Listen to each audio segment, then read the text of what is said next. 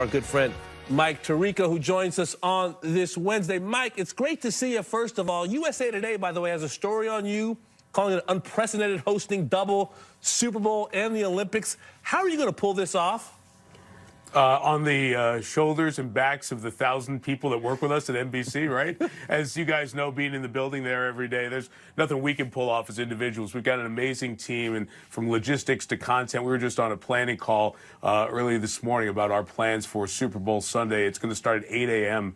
with Olympic coverage, and then the Super Bowl for most of the day, and then the Olympics after. It's going to be quite something. So certainly with a lot of help from a lot of talented people, but who needs sleep on Super Bowl Sunday when it's happening right in the middle of the Olympics? Extremely overrated is sleep as you prepare for the Olympics and the Super Bowl. You have one eye, of course, on the golf season as well. What are office hours like right now for Mike Tirico? Is it one day football, the next day figure skating, kind of bouncing back and forth?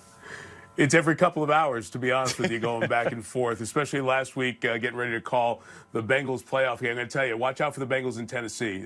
They could go to Nashville and win and find themselves against the Bills and the Chiefs winner on Sunday. I'm very impressed with that team. They got hurt up front on the D-line, but impressed by that. And, yes, certainly making time as well. Watched a little bit of the playoff from the Sony Open, which was great. Watched the record-setting show at Kapalua. So this calendar part of this tour season is off to a banging start. And then this always feels like a week where, as the tour comes to the mainland, it starts to set it. Okay, we're watching them in the desert. We're going to watch them in California. And for those of us in the Midwest and the Northeast where it's too cold to play, you're just starting to think about it. New equipment, new shoes, where do I want to do my golf trips? So for me, this always feels like a week where we start to really dive into the meat of the golf year. And it's going to be a great year, I think, coming up on tour. Busy year, fantastic part of the sports calendar. You know, our colleague Chris Sims on Unbuttoned with Mike Florio said there are no truly great NFL teams this year, at least no dominant team. How wide open do these playoffs seem to you, Mike? In some ways they do, because the season has felt like that. Everybody lost 4 times, so we're not used to seeing that. Usually we see a 1 or a 2-loss behemoth that looks unbeatable at home, and then the shocks happen, like the Packers lose a game at home last year and things like that. But I'll say, let's think back to the 6 games we saw this weekend, Damon. The home team won 5 of them. The only road team was the Niners, because the Cowboys mismanaged the end of the game. Otherwise, it might have been all 6 home teams winning. One thing we always forget when we get to this divisional weekend, because we've seen these 6 teams now win to advance to get here, we forget how good the 2 teams sitting on the side of the road were.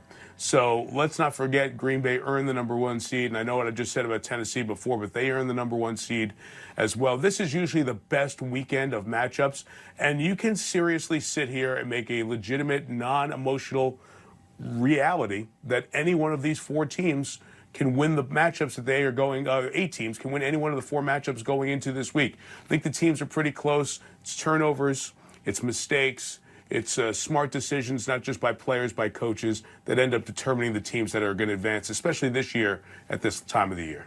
All right, Mike, I got to ask you about Tom Brady. I love talking about this guy. I'm fascinated by this guy. He just continues to do it. He continues to produce. Don't bet against Tom Brady is one of my rules. What do you take away when you get a chance to talk to Tom Brady? What's the takeaway compared to possibly some other great athletes you talk to? Shane, the most intense, insane drive imaginable.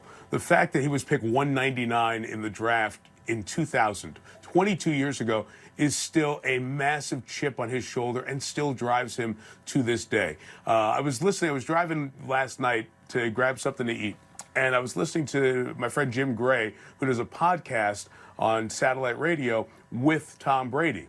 And Jim was reading Tom emails from people who are haters. Like, Tom, you stink. Tom, you're no good. And Tom Brady was laughing like a kid. He loves it. He loves to be told, you can't do this, and go out and do it. And what he's done is he changed the complete culture in Tampa Bay. The reason the Bucs have an all-star team around him is because they all want to play with him. And no individual in the NFL right now has that kind of magnetic quality, because we know when the game's on the line, it's the biggest moment, he's going to play the best. It's why we love Tiger. It's why we love Phil. It's why we love the great stars in the sport, in any sport. When the chips are all in there, that guy wants to be there and usually delivers. And that's why Brady is the one, when you say, yeah, maybe I'll pick somebody else in the NFC, you're like, Am I really going to pick against Tom Brady? Have I not learned the last 30 times I've seen him in the postseason? He usually wins. You mentioned Phil Mickelson at one time, told you're never going to win a major. Now he's got 6 of them, the oldest major champ of all time. We just had a chat, a robust one about Phil. What do you think constitutes a good season, a good year for Phil Mickelson in 2022? I was listening to you guys, and it's fascinating. I love it. I love that at 51 soon to be, right, in the summer, that Phil is still a big part of our conversation, and you've got to mention him when you mention, can so-and-so win this big event? We all remember Kiowa. Maybe we don't remember that there was no other top 15 the rest of the year. On the PGA Tour, on the Champions Tour, he won a couple of times in those starts, and we should keep that in mind. I think let's start with that. Phil will win at least 1, if not 2 majors on the Champions Tour, and I know how good the guys are still there, but I think Phil, if he's playing 5 of them, he's got a great chance to win at least 1 or 2. On the regular tour, is there a spot? Is there a place? Of course, you know that Phil has such a good feel for Augusta. If everything is dialed in and right, that knowledge around the greens always gives that age factor a little bit less, right? Same will be true at St. Andrews for the Open. Brookline as well, although most of the players haven't been there for a lot, but Phil was going back, obviously, to the Ryder Cup. So there are a ton of different possibilities out there.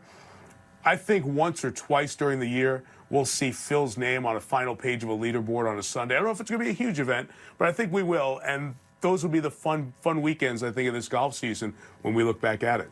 What will Phil do next? The question is old as time. Hey, Mike, listen, thanks for your time. Have a fun, busy month, and we'll speak to you soon.